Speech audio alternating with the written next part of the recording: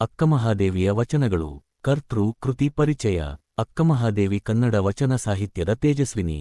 ಕನ್ನಡ ಸಾಹಿತ್ಯದ ಪ್ರಪ್ರಥಮ ಕವಯಿತ್ರಿ, ಶ್ರೇಷ್ಠ ವಚನಕಾರ್ತಿ ಹಾಗೂ ಶಿವಾನುಭವಿ ಎನಿಸಿಕೊಂಡವರು. ಲೌಕಿಕದ ಹಂಗನ್ನು ತೊರೆದು ಚೆನ್ನಮಲ್ಲಿಕಾರ್ಜುನನನ್ನೇ ತನ್ನ ಪತಿಯೆಂದು ಭಾವಿಸಿದ ಈಕೆ ಮಹಾನ್ ಶಿವಶರಣೆ ಯಾಗಿ ಜನಮಾನಸದಲ್ಲಿ ಅಮರರಾಗಿದ್ದಾರೆ. ಜನನ ಮತ್ತು ಬಾಲ್ಯ. ಜನ್ಮಸ್ಥಳ ಶಿವಮೊಗ್ಗ ಜಿಲ್ಲೆಯ ಶಿಕಾರಿಪುರ ತಾಲೂಕಿನ ಉಡುತಡಿ. ಪೋಷಕರು ತಂದೆ ಓಂಕಾರ ಶೆಟ್ಟಿ ಮತ್ತು ತಾಯಿ ಲಿಂಗಮ್ಮ. ಕೆಲವು ಉಲ್ಲೇಖಗಳ ಪ್ರಕಾರ ನಿರ್ಮಲ ಶೆಟ್ಟಿ ಮತ್ತು ಸುಮತಿ. ವೈರಾಗ್ಯದ ಹಾದಿ. ತನ್ನ ಅನುಪಮ ಸೌಂದರ್ಯಕ್ಕೆ ಮಾರುಹೋಗಿದ್ದ ಬನವಾಸಿಯ ಅರಸ ಕೌಶಿಕನನ್ನು 3 ಷರತ್ತುಗಳ ಮೇರೆಗೆ ವಿವಾಹವಾಗುತ್ತಾರೆ. ಆದರೆ ಕೌಶಿಕನು ಆ ಷರತ್ತುಗಳನ್ನು ಉಲ್ಲಂಘಿಸಿದಾಗ ಅಕ್ಕಮಹಾದೇವಿ ಲೌಕಿಕ ಜೀವನವನ್ನು ತ್ಯಜಿಸಿ ವಸ್ತ್ರಾಭರಣಗಳನ್ನು ಬಿಸುಟು ವೈರಾಗಿಣಿ ಯಾಗಿ ಶ್ರೀಶೈಲದ ಮಲ್ಲಿಕಾರ್ಜುನನನ್ನು ಅರಸುತ್ತಾ ಹೊರಡುತ್ತಾರೆ. ಆ ದಾರಿಯಲ್ಲಿ ಶರಣರ ಸಂಗಮಕ್ಕಾಗಿ ಕಲ್ಯಾಣದ ಅನುಭವ ಮಂಟಪಕ್ಕೆ ಆಗಮಿಸುತ್ತಾರೆ. ಸಾಹಿತ್ಯಿಕ ಕೊಡುಗೆಗಳು. ಅಕ್ಕಮಹಾದೇವಿಯವರು ಕೇವಲ ಭಕ್ತೆಯಲ್ಲ, ಅದ್ಭುತ ಸಾಹಿತ್ಯ ಸೃಷ್ಟಿಕರ್ತೆಯೂ ಹೌದು. ಅವರ ಸಾಹಿತ್ಯದ ಪ್ರಮುಖ ಮುಖ್ಯಾಂಶಗಳು ಇಲ್ಲಿವೆ. ಅಂಕಿತನಾಮ ಚೆನ್ನಮಲ್ಲಿಕಾರ್ಜುನ. ವಚನಗಳು. ಸದ್ಯಕ್ಕೆ ಸುಮಾರು 350ಕ್ಕೂ ಹೆಚ್ಚು ವಚನಗಳು ಲಭ್ಯವಿವೆ. ಸ್ವರಗೀತೆಗಳ ಜನನಿ. ಕನ್ನಡದಲ್ಲಿ ಸ್ವರಗೀತೆ ಸಾಹಿತ್ಯಕ್ಕೆ ಅಡಿಪಾಯ ಹಾಕಿದ ಮೊದಲ ಸಾಹಿತಿ ಅಕ್ಕಮಹಾದೇವಿ. ಛಂದಸ್ಸಿನ ಪ್ರಯೋಗ. ಅಂಶ ತ್ರಿಪದಿಯನ್ನು ಮಾತ್ರಾಗಣ ತ್ರಿಪದಿ ಯಾಗಿ ಪರಿವರ್ತಿಸಿದ ಕೀರ್ತಿ ಇವರಿಗೆ ಸಲ್ಲುತ್ತದೆ. ಪ್ರಮುಖ ಕೃತಿಗಳು ಯೋಗಾಂಗ ತ್ರಿವಿಧಿ ಮತ್ತು ಅಕ್ಕನ ಹಾಡುಗಳು. ಇವು ಮಾತ್ರಾಗಣ ತ್ರಿಪದಿಯಲ್ಲಿವೆ. ಗಮನಿಸಿ, ಈ ವಚನಗಳನ್ನು ಡಾ. ಸಂಗಮೇಶ ಸವದತ್ತಿಮಠ ಅವರು ಸಂಪಾದಿಸಿದ ವಚನ ಸಂಪುಟ -4 ರಿಂದ ಆಯ್ದುಕೊಳ್ಳಲಾಗಿದೆ. ವಚನಗಳ ತಿರುಳು ಅಥವಾ ಸಾರಾಂಶ. ಕಾಯಕ ಎಂಬ ಪದಕ್ಕೆ ತನ್ನದೇ ಆದ ವಿಶಿಷ್ಟ ಹಾಗೂ ಆಳವಾದ ಅರ್ಥವಿದೆ. ಕಾಯಕವೆಂದರೆ ಅದು ಕೇವಲ ಜೀವನೋಪಾಯಕ್ಕಾಗಿ ಮಾಡುವ ಹೊರೆಯಲ್ಲ, ಬದಲಾಗಿ ಅದು ಜೀವನದ ಸಾರ್ಥಕತೆಗಾಗಿ ಕೈಗೊಂಡ ಪವಿತ್ರ ಕಾರ್ಯ. ಅಕ್ಕಮಹಾದೇವಿಯವರು ತಮ್ಮ ವಚನಗಳಲ್ಲಿ ಕಾಯಕನಿಷ್ಠ ವ್ಯಕ್ತಿಗೆ ಇರಬೇಕಾದ ಸಂಸ್ಕಾರಗಳ ಬಗ್ಗೆ ಸುಂದರವಾಗಿ ವಿವರಿಸಿದ್ದಾರೆ. ಒಬ್ಬ ಕಾಯಕಯೋಗಿಯು ಸದಾಚಾರ, ಸಚ್ಚಾರಿತ್ರ್ಯ, ಸತ್ಯವಚನ, ಜಂಗಮಾನುಭವ ಮತ್ತು ಲಿಂಗಾರ್ಚನೆಯಂತಹ ಶಿಸ್ತುಗಳನ್ನು ಹೊಂದಿರಬೇಕು. ಅಂದರೆ ಕಾಯಕ ನಿಷ್ಠ ವ್ಯಕ್ತಿಗೆ ಸದಾಚಾರ, ಸಚ್ಚಾರಿತ್ರ್ಯ ಮತ್ತು ಸತ್ಯವಚನಗಳು ಮೂಲಭೂತ ಗುಣಗಳಾಗಿರಬೇಕು. ಇಂತಹ ಶ್ರದ್ಧೆ ಹಾಗೂ ಭಕ್ತಿಯಿಂದ ಮಾಡುವ ಕೆಲಸವೇ ನಿಜವಾದ ಕಾಯಕ ಎನಿಸಿಕೊಳ್ಳುತ್ತದೆ. ಲಿಂಗಾರ್ಚನೆ, ಜಪ ತಪ ಮತ್ತು ಜಂಗಮಾನುಭವದ ಜೊತೆಗೆ ತಾನು ಮಾಡುವ ಕೆಲಸವನ್ನೇ ದೈವವೆಂದು ಭಾವಿಸುವುದೇ ನಿಜವಾದ ಕಾಯಕ. ಸಮಸ್ತ ಶಿವಶರಣರು ಅನುಸರಿಸಿದ ಈ ಸತ್ಯಶುದ್ಧವಾದ ಮಾರ್ಗವೇ ಶಿವಶಕ್ತಿ ಮತ್ತು ಶಿವಭಕ್ತಿ ಎಂದು ಅಕ್ಕಮಹಾದೇವಿಯವರು ತಮ್ಮ ವಚನಗಳ ಮೂಲಕ ಜಗತ್ತಿಗೆ ಸಾರಿದ್ದಾರೆ. ಅಕ್ಕಮಹಾದೇವಿಯವರ ವಚನಗಳು ಕೇವಲ ಸಾಹಿತ್ಯವಲ್ಲ, ಅವು ಒಬ್ಬ ಪರಮಭಕ್ತೆ ತನ್ನ ಆರಾಧ್ಯ ದೈವವಾದ ಚೆನ್ನಮಲ್ಲಿಕಾರ್ಜುನನಿಗಾಗಿ ಮಿಡಿಯುವ ವಿರಹ ಮತ್ತು ಸಾಕ್ಷಾತ್ಕಾರದ ಅಭಿವ್ಯಕ್ತಿಗಳು. ಅವರ ವಚನಗಳಲ್ಲಿ ಭಾವದ ತೀವ್ರತೆ ಮತ್ತು ಶರಣಾಗತಿಯ ಅನನ್ಯತೆ ಇರುತ್ತದೆ. ಮೊದಲನೆಯ ವಚನ ಸಮಾಜದ ಟೀಕೆಗಳಿಗೆ ಅಂಜದೆ ನಿಂದೆ ಸ್ತುತಿಗಳನ್ನು ಸಮಾನವಾಗಿ ಸ್ವೀಕರಿಸಿ ಸಮಾಧಾನದಿಂದ ಬದುಕುವುದನ್ನು ಕಲಿಸುತ್ತದೆ. ಎರಡನೆಯ ವಚನ ಸಂಪೂರ್ಣ ಶರಣಾಗತಿ ಮತ್ತು ಅಹಂಕಾರದ ವಿನಾಶವನ್ನು ಸೂಚಿಸುತ್ತದೆ. ಮೂರನೆಯ ವಚನ ವ್ಯಕ್ತಿತ್ವವು ಹೇಗೆ ನಿರ್ಲಿಪ್ತವಾಗಿ ಅಂತರಂಗದಲ್ಲಿ ಜ್ಞಾನದ ಬೆಳಕಿನಿಂದ ಸಮೃದ್ಧವಾಗಿರಬೇಕು ಎಂಬುದನ್ನು ವಿವರಿಸುತ್ತದೆ. ವಚನಗಳ ಸರಳ ಅನುವಾದ. 1. ಬೆಟ್ಟದ ಮೇಲೆ ಮನೆಯನ್ನು ಕಟ್ಟಿದ ಮೇಲೆ ಅಲ್ಲಿರುವ ಕಾಡುಪ್ರಾಣಿಗಳಿಗೆ ಹೆದರಿದರೆ ಹೇಗೆ? ಸಮುದ್ರದ ದಡದಲ್ಲಿ ಮನೆಯನ್ನು ನಿರ್ಮಿಸಿದ ಮೇಲೆ ಅಲೆಗಳ ಆರ್ಭಟಕ್ಕೆ ಹೆದರಿದರೆ ಹೇಗೆ? ಜನರ ಸದ್ದು ಗದ್ದಲವಿರುವ ಸಂತೆಯ ಮಧ್ಯೆ ಮನೆ ಮಾಡಿ ಶಬ್ದಕ್ಕೆ ನಾಚಿಕೆ ಪಟ್ಟರೆ ಹೇಗೆ? ಚೆನ್ನಮಲ್ಲಿಕಾರ್ಜುನದೇವನೇ ಕೇಳು, ಈ ಲೋಕದಲ್ಲಿ ಮನುಷ್ಯನಾಗಿ ಹುಟ್ಟಿದ ಮೇಲೆ ಜನರು ಹೊಗಳಲಿ ಅಥವಾ ತೆಗಳಲಿ, ಮನಸ್ಸಿನಲ್ಲಿ ಕೋಪ ಮಾಡಿಕೊಳ್ಳದೆ ಶಾಂತವಾಗಿ ಎಲ್ಲವನ್ನೂ ಸ್ವೀಕರಿಸಬೇಕು, ಸಹಿಸಬೇಕು. 2. ನನ್ನ ಈ ದೇಹವನ್ನೇ ಕಿನ್ನರಿಯ ವಾದ್ಯದ ಬುರುಡೆಯನ್ನಾಗಿ ಮಾಡು, ನನ್ನ ನರಗಳನ್ನೇ ಆ ವಾದ್ಯದ ತಂತಿಗಳನ್ನಾಗಿ ಮಾಡು, ನನ್ನ ಬೆರಳುಗಳನ್ನೇ ಮೆಟ್ಟಿಲುಗಳನ್ನಾಗಿ ಮಾಡು, 22 ಬಗೆಯ ರಾಗಗಳನ್ನು ಅದರಲ್ಲಿ ಹೊರಹೊಮ್ಮಿಸು. ಹೇ ಚೆನ್ನಮಲ್ಲಿಕಾರ್ಜುನದೇವನೇ, ಕೊನೆಗೆ ನನ್ನ ಮೂಲಕ ನೀನೇ ಮಾತನಾಡು, ಅಂದರೆ ನನ್ನ ಪ್ರತಿಯೊಂದು ಕ್ರಿಯೆಯೂ ನಿನ್ನ ಇಚ್ಛೆಯಂತೆಯೇ ನಡೆಯಲಿ. 3. ಬೆಟ್ಟದ ಮೇಲಿನ ಮರದಂತೆ ಸ್ಥಿರವಾಗಿರಬೇಕು, ಕೆರೆಯ ದಡದ ಮೇಲಿರುವ ಸಸ್ಯದಂತೆ ಹುಲ್ಲಿನಂತೆ ಮೃದುವಾಗಿರಬೇಕು, ನಮ್ರತೆ ಇರಬೇಕು, ಕಲ್ಲಿನ ಅಥವಾ ಮಣ್ಣಿನ ಮರೆಯಲ್ಲಿರುವ ಮಾಣಿಕ್ಯದಂತೆ ತನ್ನ ಪ್ರಕಾಶವನ್ನು ಅನಾವಶ್ಯಕವಾಗಿ ಹೊರಹಾಕದೆ ಅಂತರಂಗದಲ್ಲಿ ಸಮೃದ್ಧವಾಗಿರಬೇಕು. ಚೆನ್ನಮಲ್ಲಿಕಾರ್ಜುನದೇವನೇ ಕೇಳು, ಜ್ಞಾನದ ಪ್ರಕಾಶದೊಳಗೆ ಇರುವ ಮಹಾಪ್ರಕಾಶದಂತೆ ಪರಮಾತ್ಮನಲ್ಲಿ ಬೆರೆತು ಹೋಗಿರಬೇಕು. ಪ್ರಬಂಧ ರೂಪದ ಪ್ರಶ್ನೋತ್ತರಗಳು. 10 ಅಂಕಗಳ ಪ್ರಶ್ನೆ. ಪ್ರಶ್ನೆ 1. ಅಕ್ಕಮಹಾದೇವಿಯವರ ವಚನಗಳಲ್ಲಿ ವ್ಯಕ್ತವಾಗಿರುವ ಸಾಮಾಜಿಕ ಸಹನೆ, ಸಂಪೂರ್ಣ ಶರಣಾಗತಿ ಮತ್ತು ಅಂತರಂಗದ ಶುದ್ಧತೆಯ ವಿಚಾರಗಳನ್ನು ಸವಿವರವಾಗಿ ಚರ್ಚಿಸಿ. ಅಥವಾ ಪ್ರಶ್ನೆ 2. ಲೌಕಿಕದ ಟೀಕೆಗಳನ್ನು ಎದುರಿಸುತ್ತಾ ಅಧ್ಯಾತ್ಮದ ಉನ್ನತ ಸ್ಥಿತಿಯನ್ನು ತಲುಪುವ ಮಾರ್ಗವನ್ನು ಅಕ್ಕಮಹಾದೇವಿಯವರು ತಮ್ಮ ವಚನಗಳಲ್ಲಿ ಹೇಗೆ ನಿರೂಪಿಸಿದ್ದಾರೆ? ಪ್ರಬಂಧ ರೂಪದಲ್ಲಿ ಬರೆಯಿರಿ. ಉತ್ತರ. ಪೀಠಿಕೆ. ಕನ್ನಡ ವಚನ ಸಾಹಿತ್ಯದ ಇತಿಹಾಸದಲ್ಲಿ ಅಕ್ಕಮಹಾದೇವಿ ಅತ್ಯಂತ ತೇಜಸ್ವಿ ಹಾಗೂ ಪ್ರಮುಖ ಶಿವಶರಣೆಯಾಗಿದ್ದಾರೆ. ಕನ್ನಡದ ಪ್ರಪ್ರಥಮ ಕವಯಿತ್ರಿ ಎಂದು ಪ್ರಸಿದ್ಧರಾದ ಇವರು ಲೌಕಿಕ ಬಂಧನಗಳನ್ನು ತ್ಯಜಿಸಿ ಚೆನ್ನಮಲ್ಲಿಕಾರ್ಜುನನ್ನೇ ತನ್ನ ಪತಿಯೆಂದು ಭಾವಿಸಿದ ಮಧುರ ಭಕ್ತಿಯ ಸಾಕಾರ ಮೂರ್ತಿ. ಡಾ.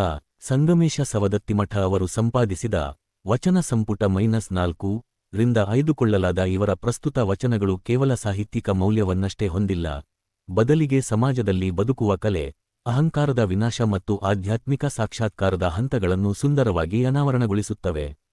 ವಿಷಯ ವಿಶ್ಲೇಷಣೆ. 1. ಸಾಮಾಜಿಕ ಟೀಕೆಗಳ ಎದುರು ಸಹನೆ ಮತ್ತು ಸ್ಥಿತಪ್ರಜ್ಞತೆ. ಮೊದಲನೆಯ ವಚನ. ಅಕ್ಕಮಹಾದೇವಿಯವರು ತಮ್ಮ ಮೊದಲನೆಯ ವಚನದಲ್ಲಿ ಸಮಾಜದಲ್ಲಿ ಬದುಕುವಾಗ ಮನುಷ್ಯನಿಗೆ ಇರಬೇಕಾದ ಅತ್ಯುನ್ನತ ಸಹನೆಯ ಗುಣವನ್ನು ಅತ್ಯಂತ ಪರಿಣಾಮಕಾರಿ ದೃಷ್ಟಾಂತಗಳ ಮೂಲಕ ವಿವರಿಸಿದ್ದಾರೆ.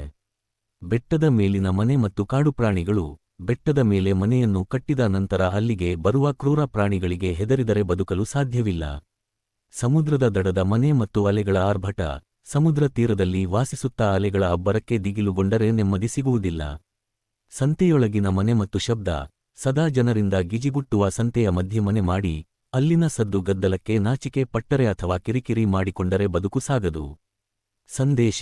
ಈ ದೃಷ್ಟಾಂತಗಳ ಮೂಲಕ ಅಕ್ಕನವರು ನೀಡುವ ಸಂದೇಶವೆಂದರೆ, ನಾವು ಈ ಲೌಕಿಕ ಜಗತ್ತಿನಲ್ಲಿ ಮನುಷ್ಯರಾಗಿ ಹುಟ್ಟಿದ ಮೇಲೆ ಸಮಾಜದ ನಿಂದೆ ಸ್ತುತಿಗಳು, ಹೊಗಳಿಕೆ ಮತ್ತು ತೆಗಳಿಕೆಗಳು ಸಹಜವಾಗಿ ಬರುತ್ತವೆ. ಆಧ್ಯಾತ್ಮಿಕ ಪಥದಲ್ಲಿ ಸಾಗುವ ಧೀರರು ಸಮಾಜದ ಟೀಕೆಗಳಿಗೆ ಅಂಜಬಾರದು. ಮನಸ್ಸಿನಲ್ಲಿ ಕೋಪವನ್ನು ತಂದುಕೊಳ್ಳದೆ ಎಲ್ಲವನ್ನೂ ಸಮಚಿತ್ತದಿಂದ ಶಾಂತವಾಗಿ ಸ್ವೀಕರಿಸುವುದೇ ನಿಜವಾದ ಶರಣನ ಲಕ್ಷಣವಾಗಿದೆ. 2. ಸಂಪೂರ್ಣ ಶರಣಾಗತಿ ಮತ್ತು ಅಹಂಕಾರದ ವಿನಾಶ. ಎರಡನೆಯ ವಚನ. ಎರಡನೆಯ ವಚನದಲ್ಲಿ ಅಕ್ಕಮಹಾದೇವಿಯವರು ತಮ್ಮನ್ನು ತಾವು ಸಂಪೂರ್ಣವಾಗಿ ಭಗವಂತನಿಗೆ ಸಮರ್ಪಿಸಿಕೊಳ್ಳುವ ದಾಸೋಹ ಭಾವ ಅಥವಾ ಶರಣಾಗತಿಯನ್ನು ಸಂಗೀತ ವಾದ್ಯದ ರೂಪಕದ ಮೂಲಕ ಅದ್ಭುತವಾಗಿ ಚಿತ್ರಿಸಿದ್ದಾರೆ. ದೇಹವೇ ಕಿನ್ನರಿಯ ಬುರುಡೆ. ತನು ಮನಗಳನ್ನು ಭಗವಂತನ ಸೇವೆಗೆ ಮೀಸಲಿಡಲು ಅವರು ತಮ್ಮ ಶರೀರವನ್ನೇ ಕಿನ್ನರಿ ವಾದ್ಯದ ಬುರುಡೆಯನ್ನಾಗಿ ಮಾಡಲು ಬಯಸುತ್ತಾರೆ. ನರಗಳೇ ತಂತಿಗಳು. ಶರೀರದ ನರಗಳನ್ನೇ ಆ ವಾದ್ಯದ ತಂತಿಗಳನ್ನಾಗಿ ಪರಿವರ್ತಿಸಲು ಕೇಳಿಕೊಳ್ಳುತ್ತಾರೆ. ಬೆರಳುಗಳೇ ಮೆಟ್ಟಿಲುಗಳು. ತಮ್ಮ ಬೆರಳುಗಳನ್ನೇ ಸ್ವರದ ಮೆಟ್ಟಿಲುಗಳನ್ನಾಗಿ ಕಲ್ಪಿಸಿಕೊಳ್ಳುತ್ತಾರೆ. ಸಂದೇಶ. ಭಗವಂತನು ಆ ವಾದ್ಯದಲ್ಲಿ 22 ಬಗೆಯ ರಾಗಗಳನ್ನು ನುಡಿಸಲಿ ಮತ್ತು ಕೊನೆಗೆ ತನ್ನ ಮೂಲಕ ಭಗವಂತನೇ ಮಾತನಾಡಲಿ ಎಂಬುದು ಅಕ್ಕನ ಆಶಯವಾಗಿದೆ. ಇದರ ಆಳವಾದ ಅರ್ಥವೆಂದರೆ, ಶರಣನಾದವನು ತನ್ನ ಅಹಂಕಾರವನ್ನು ಸಂಪೂರ್ಣವಾಗಿ ತೊರೆದು ದೇವರ ಕೈಯೊಳಗಿನ ಗೊಂಬೆಯಾಗಬೇಕು. ತನ್ನ ಪ್ರತಿಯೊಂದು ನುಡಿ ಮತ್ತು ಕ್ರಿಯೆಯು ತನ್ನ ಸ್ವಂತದ್ದಾಗಿರದೆ ಆ ಚೆನ್ನಮಲ್ಲಿಕಾರ್ಜುನನ ಇಚ್ಛೆಯಂತೆಯೇ ನಡೆಯಬೇಕು ಎಂಬ ಪರಮಾವಧಿ ಶರಣಾಗತಿ ಇಲ್ಲಿದೆ. 3. ಅಂತರಂಗದ ಶುದ್ಧತೆ ಮತ್ತು ನಿರ್ಲಿಪ್ತತೆ. ಮೂರನೆಯ ವಚನ. ಮೂರನೆಯ ವಚನವು ಒಬ್ಬ ವ್ಯಕ್ತಿಯ ಅಂತರಂಗದ ವ್ಯಕ್ತಿತ್ವವು ಹೇಗೆ ವಿಕಾಸಗೊಳ್ಳಬೇಕು ಮತ್ತು ಸ್ಥಿರವಾಗಿರಬೇಕು ಎಂಬುದನ್ನು ಬೋಧಿಸುತ್ತದೆ. ಬೆಟ್ಟದ ಮೇಲಿನ ಮರ. ಬೆಟ್ಟದ ಮೇಲಿನ ಮರದಂತೆ ಯಾವುದೇ ಬಿರುಗಾಳಿ ಬಂದರೂ ಅಲುಗಾಡದೆ ಧೀರವಾಗಿ ಸ್ಥಿರವಾಗಿ ಇರಬೇಕು. ಕೆರೆಯ ದಡದ ಸಸ್ಯ. ಹುಲ್ಲು. ಕೆರೆಯ ದಡದಲ್ಲಿರುವ ಸಸ್ಯ ಅಥವಾ ಹುಲ್ಲಿನಂತೆ ಪ್ರವಾಹ ಬಂದಾಗ ಬಾಗಿ ನಮ್ರತೆಯನ್ನು ಪ್ರದರ್ಶಿಸಬೇಕು. ವಿನಯಶೀಲತೆ. ಮಣ್ಣಿನ ಮರೆಯ ಮಾಣಿಕ್ಯ. ಮಾಣಿಕ್ಯವು ಕಲ್ಲು ಅಥವಾ ಮಣ್ಣಿನ ಮರೆಯಲ್ಲಿದ್ದರೂ ತನ್ನ ಮೌಲ್ಯವನ್ನು ಕಳೆದುಕೊಳ್ಳುವುದಿಲ್ಲ. ಹಾಗೆಯೇ ಶರಣನು ತನ್ನ ಜ್ಞಾನದ ಪ್ರದರ್ಶನ ಮಾಡದೆ ಅಂತರಂಗದಲ್ಲಿ ಸಮೃದ್ಧವಾಗಿರಬೇಕು. ಸಂದೇಶ. ಜ್ಞಾನದ ಪ್ರಕಾಶದೊಳಗೆ ಇರುವ ಮಹಾಪ್ರಕಾಶ ದಂತೆ ಜೀವಾತ್ಮವು ಪರಮಾತ್ಮನಲ್ಲಿ ಒಂದಾಗಬೇಕು. ಅಂದರೆ ಬಾಹ್ಯ ಆಡಂಬರಗಳಿಗೆ ಮರುಳಾಗದೆ ಅಂತರಂಗದ ಶುದ್ಧತೆಯೊಂದಿಗೆ ಭಗವಂತನ ದಿವ್ಯ ಬೆಳಕಿನಲ್ಲಿ ಲೀನವಾಗುವುದೇ ಮುಕ್ತಿಯ ಮಾರ್ಗವಾಗಿದೆ. ಉಪಸಂಹಾರ. ಅಕ್ಕಮಹಾದೇವಿಯವರ ಈ 3 ವಚನಗಳು ವ್ಯಕ್ತಿಯೊಬ್ಬನ ಆಧ್ಯಾತ್ಮಿಕ ಮತ್ತು ಸಾಮಾಜಿಕ ಬೆಳವಣಿಗೆಗೆ ದಿಕ್ಸೂಚಿಯಾಗಿವೆ. ಮೊದಲನೆಯ ವಚನವು ಬಾಹ್ಯ ಪ್ರಪಂಚದ ನಿಂದನೆಗಳನ್ನು ಸಹಿಸುವ ಶಕ್ತಿಯನ್ನು ಬೋಧಿಸಿದರೆ, ಎರಡನೆಯ ವಚನವು ಸ್ವಾರ್ಥ ಮತ್ತು ಅಹಂಕಾರವನ್ನು ಅಳಿಸಿ ದೈವತ್ವಕ್ಕೆ ಶರಣಾಗುವ ಹಾದಿಯನ್ನು ತೋರುತ್ತದೆ. ಇನ್ನು ಮೂರನೆಯ ವಚನವು ಅಂತರಂಗದಲ್ಲಿ ಜ್ಞಾನದ ಪ್ರಕಾಶವನ್ನು ತುಂಬಿಕೊಂಡು ನಿರ್ಲಿಪ್ತವಾಗಿ ಬದುಕುವ ಶ್ರೇಷ್ಠ ಸ್ಥಿತಿಯನ್ನು ಪರಿಚಯಿಸುತ್ತದೆ.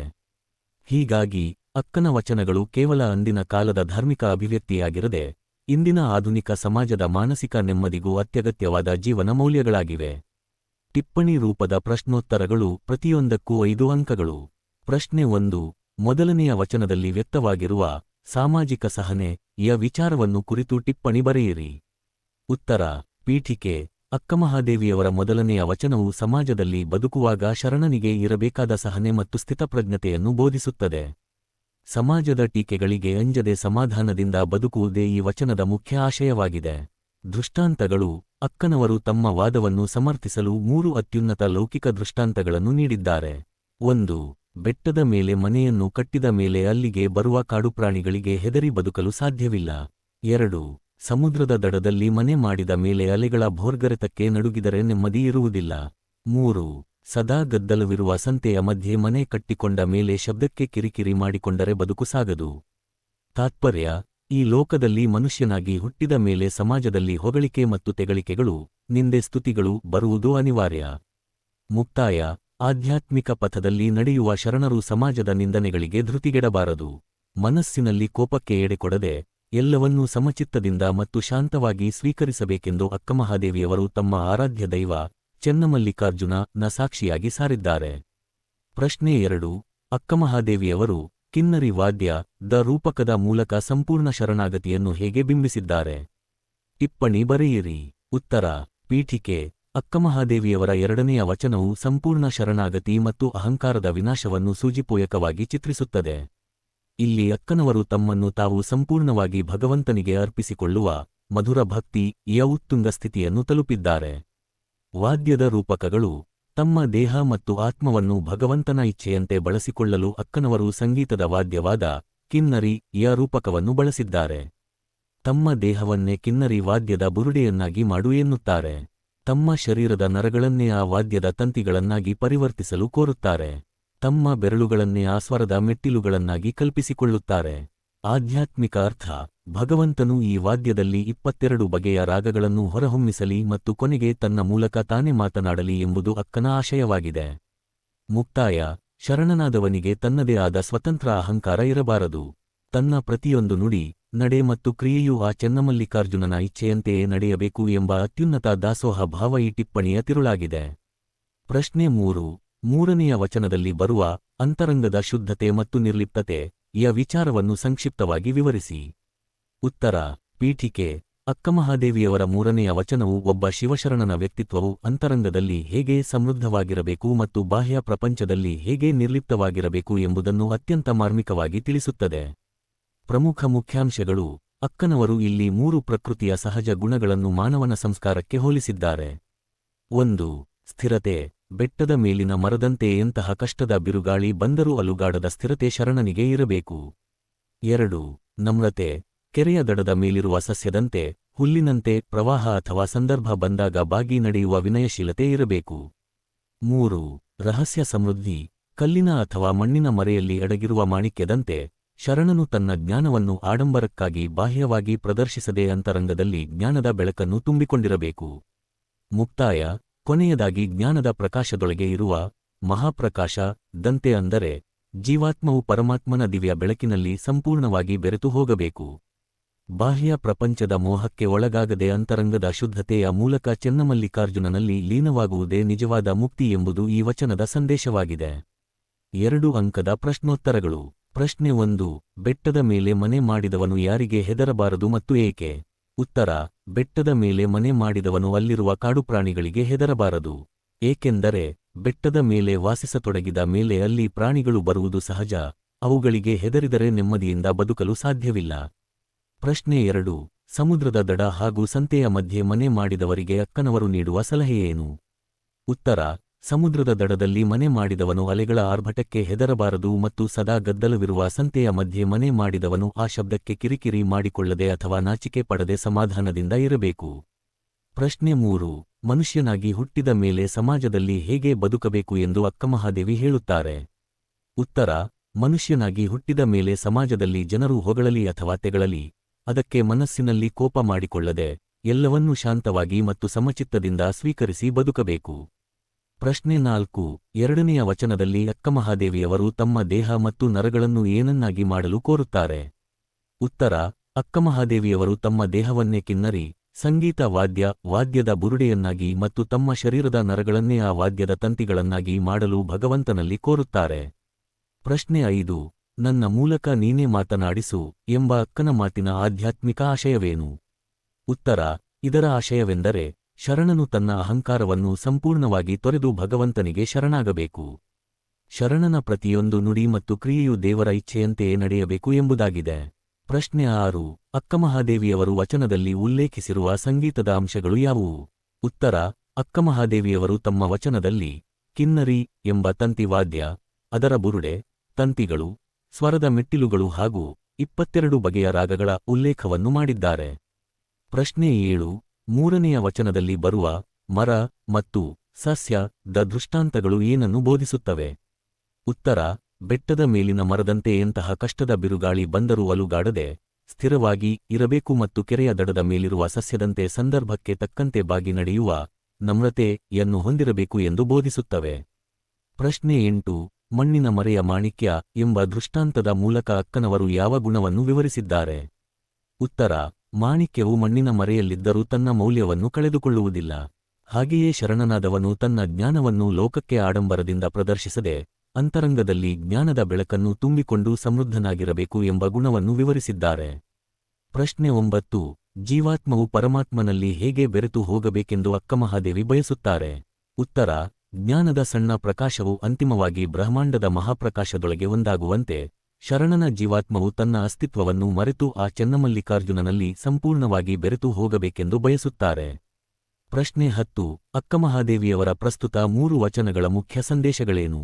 ಉತ್ತರ: ಮೊದಲನೆಯ ವಚನವು ಸಮಾಜದ ನಿಂದೆಗಳನ್ನು ಸಹಿಸುವ ಸಾಮಾಜಿಕ ಸಹನೆಯನ್ನು ಬೋಧಿಸುತ್ತದೆ. 2ನೆಯ ವಚನವು ಅಹಂಕಾರವನ್ನು ಅಳಿಸುವ ಸಂಪೂರ್ಣ ಶರಣಾಗತಿಯನ್ನು ತಿಳಿಸುತ್ತದೆ. 3ನೆಯ ವಚನವು ನಿರ್ಲಿಪ್ತತೆಯೊಂದಿಗೆ ಅಂತರಂಗದ ಶುದ್ಧತೆಯನ್ನು ಕಾಪಾಡಿಕೊಳ್ಳುವುದನ್ನು ಕಲಿಸುತ್ತದೆ. ಪ್ರಿಯ ಪ್ರೇಕ್ಷಕರೇ, ನನ್ನ ಇತ್ತೀಚಿನ ಎಲ್ಲಾ ವಿಡಿಯೋಗಳ ಲಿಂಕ್ಗಳನ್ನು ನಾನು ನನ್ನ ಕುವೆಂಪು ಸಾಹಿತ್ಯ ಪ್ರಕಾಶನ ಹಾಗೂ ಸಾಹಿತ್ಯಶ್ರೀ ಬ್ಲಾಗ್ನಲ್ಲಿ ನೀಡಿದ್ದೇನೆ. ಅಲ್ಲಿ ನೀವು ಈ ವಿಡಿಯೋಗಳನ್ನು ಸುಲಭವಾಗಿ ಓದುವ ಟೆಕ್ಸ್ಟ್ ರೂಪದಲ್ಲೂ ಕಾಣಬಹುದು. ಲಿಂಕ್ಗಳಿಗಾಗಿ ದಯವಿಟ್ಟು ಕೆಳಗಿನ ಡಿಸ್ಕ್ರಿಪ್ಷನ್ ಬಾಕ್ಸ್ ಗಮನಿಸಿ ಮತ್ತು ಕ್ಲಿಕ್ ಮಾಡಿ.